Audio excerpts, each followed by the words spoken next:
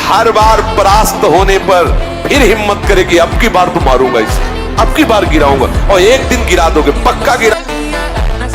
अगर कुश्ती लड़ने में सामने वाला योद्धा कमजोर हो तो कहता है यार काय को पूरे, मतलब हमको जो गेम दिया गया है इसमें माया विघ्न डालती है। अपने से स्वभाव से लड़ने में अच्छा लगता है सूरवीर को। सच्चा खिलाड़ी वही, खेल में तो तभी मजा आता है जब उसमें कठिनता हो। क्यों?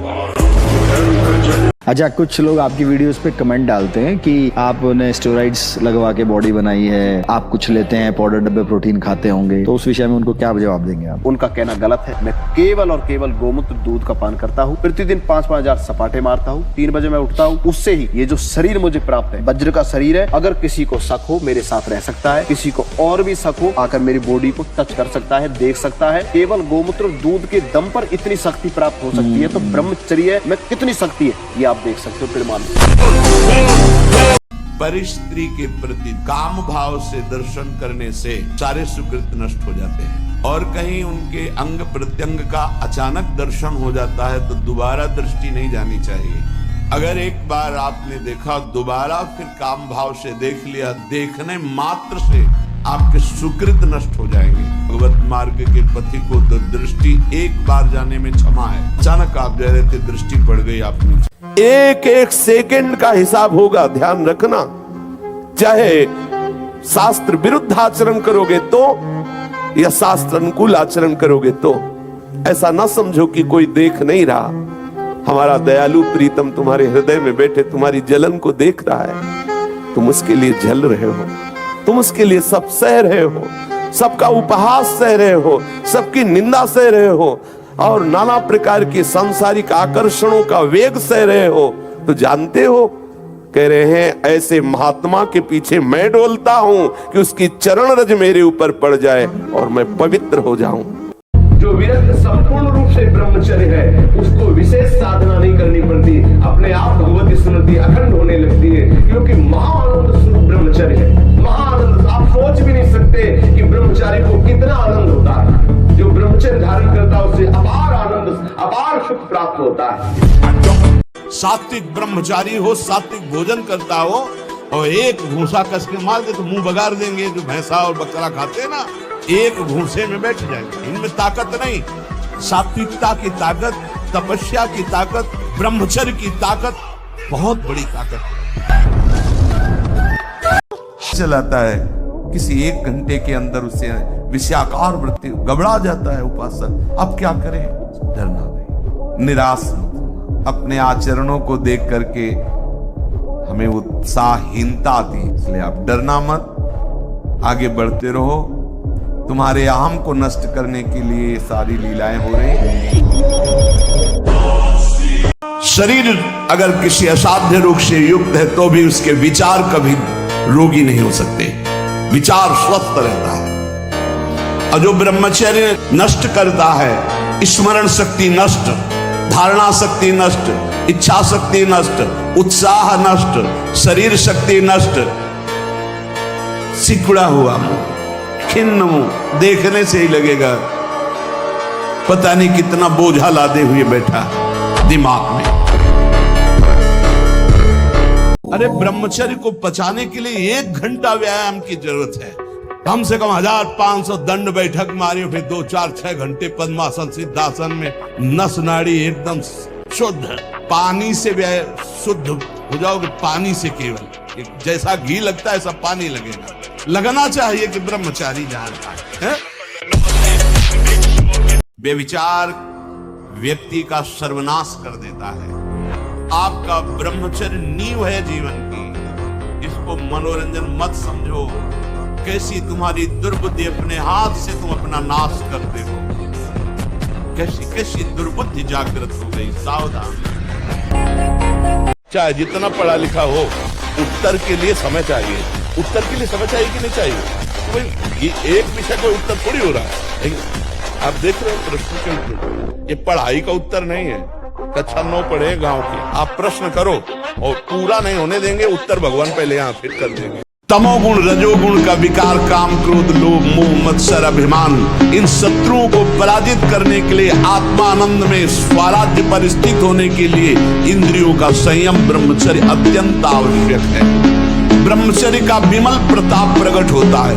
वीरवान बलवान होता है, विद्वान होता है, तपस्वी होता है। ब्रह्मचर्य में अलौकिक अमानुषिक शक्ति जागृत हो जाती है।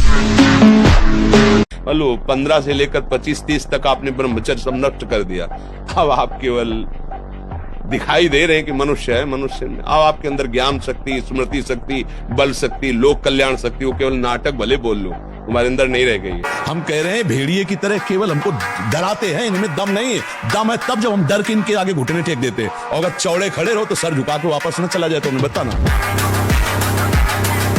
प्राण चाहे चले जाए कदम पीछे नहीं हटाएंगे, प्राण चाहे निकल जाए हम गलत मार्ग में कदम नहीं रखेंगे। आप देखो संकल्प करके कौन आपके संकल्प को तोड़ पाता है। आप अविनाशी भगवान के अंश हो, शरणागत हो भगवान के।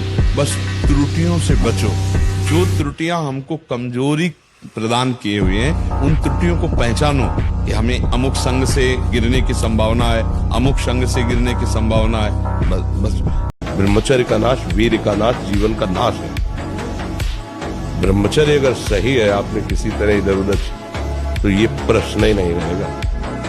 जिधर दृष्टि डालोगे उधर जय होती चली जाएगी। देखो ब्रह्मचर्य में एक अपार शक्ति, ब्रह्मचर्य का जो स्वरूप है वो महाबल संकल्प युक्त होता है। हमें लगता है अगर ब्रह्मचारी रहा जाए तो संकल्प से जो बल प्रकट होगा वो किसी को भी परास्त कर सकते।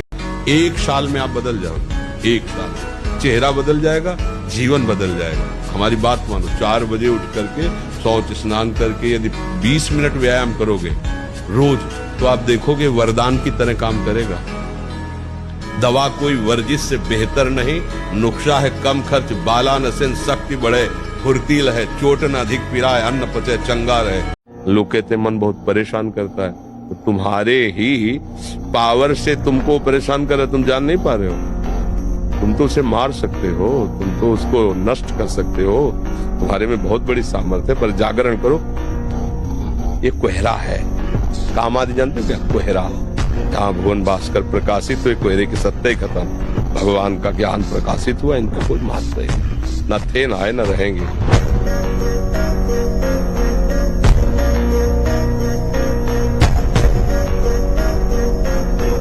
एक गंभीर स्वभाव बनाओ, एक उत्तम विचार बनाओ, एक उत्तम कार्यरत रहो। तुम्हें देखो अभी जीवन में चमत्कार आ जाएगा। बात समझो, ये बाहरी आशीर्वाद से कुछ नहीं होता। जिसकी शुरुआत अमृत जैसी लगे उसका परिणाम विष होगा। कि जिसका चरित्र पवित्र होता है और जो अध्यात्मवान होता है, अध्यात्म से जुड़ा होता है, वो कहीं भी परास्त भी हो जाए तो विजय को प्राप्त होता है। ये हस्त में तुम खोखला कर देता, हड्डी तक की शक्ति निकाल देता है। और कमर दर्द होना, माथा दर्द होना, ज्यादा विचार करने की सामर्थ्य न रह जाना, स्मृति न रह जाना, आज पशुता बढ़ रही है। जैसे जंगली सिंह के नेत्र है, ऐसे ब्रह्मचारी के नेत्र, उसके नेत्र में एक पावर होता है, एक दबाव पक्ष होता है। वो जिस पर नेत्र डाले तो एक बार रुक जाए सामने वाले के। ब्रह्मचर्य का ऐसा पावर, देवलोक सहित समस्त देवता उसे नित्य नमस्कार करते हैं जो ब्रह्मचारी होता है। बच्चा है, अगर वो वीरपात करता है तो वो इसी स्थिति को, आप नहीं, हजारों ऐसे बच्चे हैं, हजारों, आप ही अकेले नहीं हैं। ये प्रक्रिया नहीं है। गृहस्थी में संतानोत्पत्ति की प्रक्रिया शास्त्र विधान से की गई है, जिससे भगवान की सृष्टिजनक पूजा का हेतु होता है। तो इसका कारण हो गया कि फसल पकी नहीं, आपने नष्ट कर दिया। अगर 20 वर्ष तक ब्रह्मचर्य ठीक रखे और फिर गृहस्थ में जाए ब्याह करके, और फिर स्त्री सहवास करे, उसको कुछ नहीं बिगड़ने वाला। ब्रह्मचर्य इसलिए बहुत सावधान रहिए, अपने कान को संभालिए, जबान को संभालिए, नेत्रों को संभालिए। इन 3 से ही साधना बनती है और बिगड़ती है। नेत्र गलत देखेंगे, जबान गलत बोलेगी, कान गलत सुनेंगे तो आपका गलत चिंतन होगा, गलत क्रियाएं होंगी। और आप सत्य सुनोगे तो सत्य भगवान की प्राप्ति कराता है। वीर शक्ति का क्या होता है? एक अभ्यास होता है।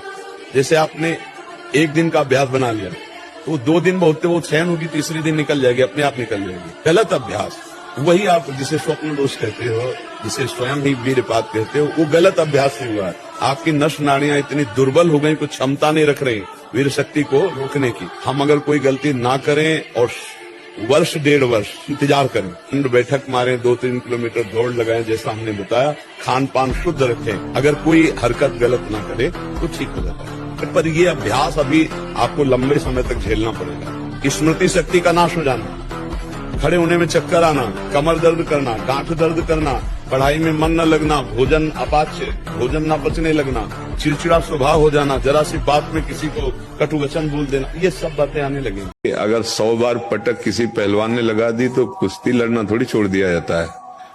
गुरु की शरण में होकर के दांव सीखा जाता है।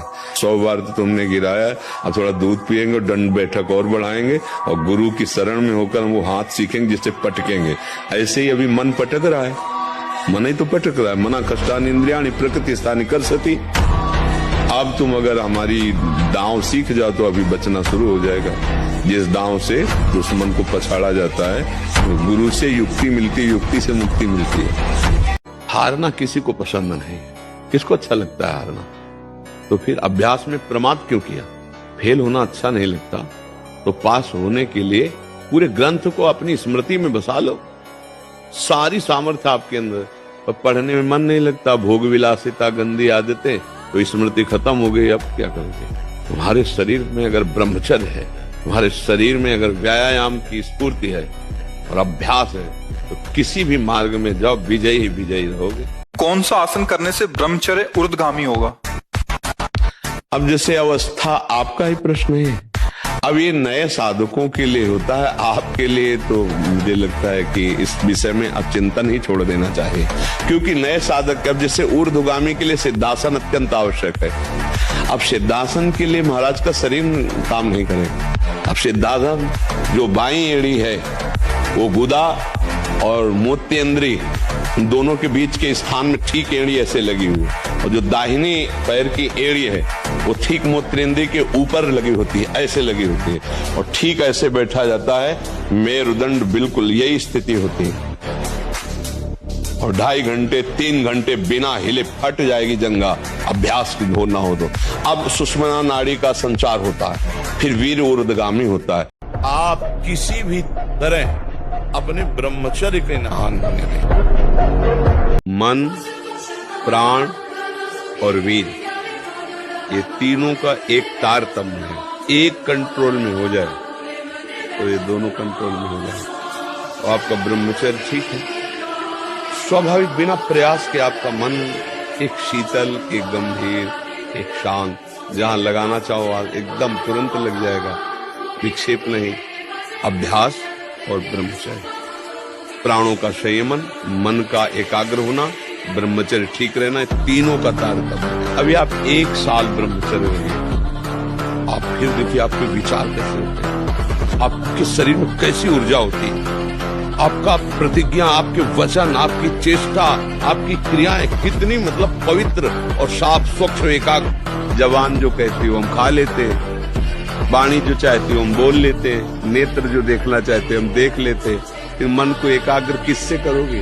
हनुमान जी को कोई परास्त क्यों नहीं कर पाता था? 2 कारण थे।